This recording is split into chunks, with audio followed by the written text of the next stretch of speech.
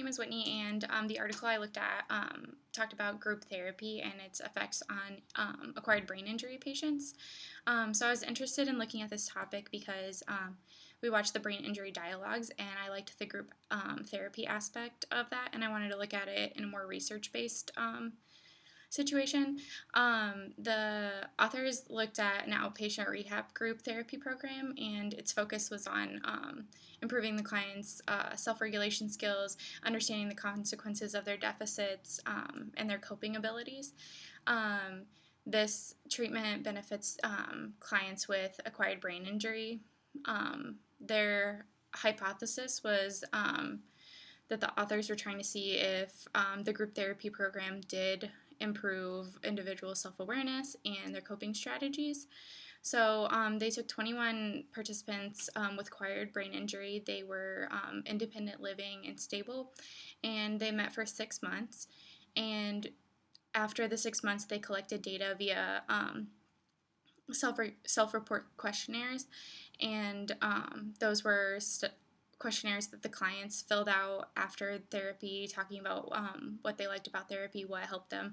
And then there was a self-regulation skills interview before and after the therapy.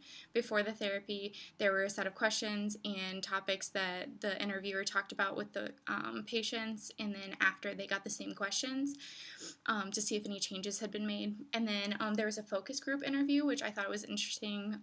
There was an interviewer and then a group.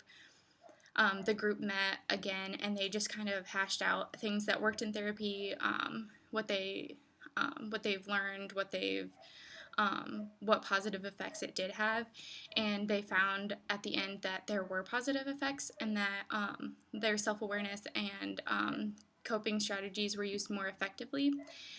They also benefited emotionally and socially because they were around other patients with acquired brain injury, so they felt more confident and more knowledgeable about brain injury being around people with the same deficits as them.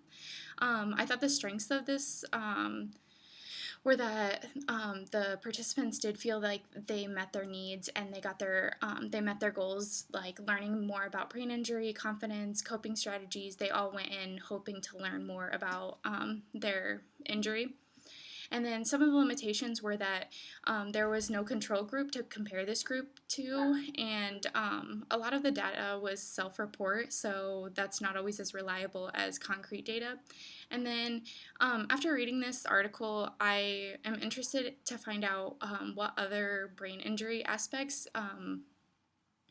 can be addressed with group therapy.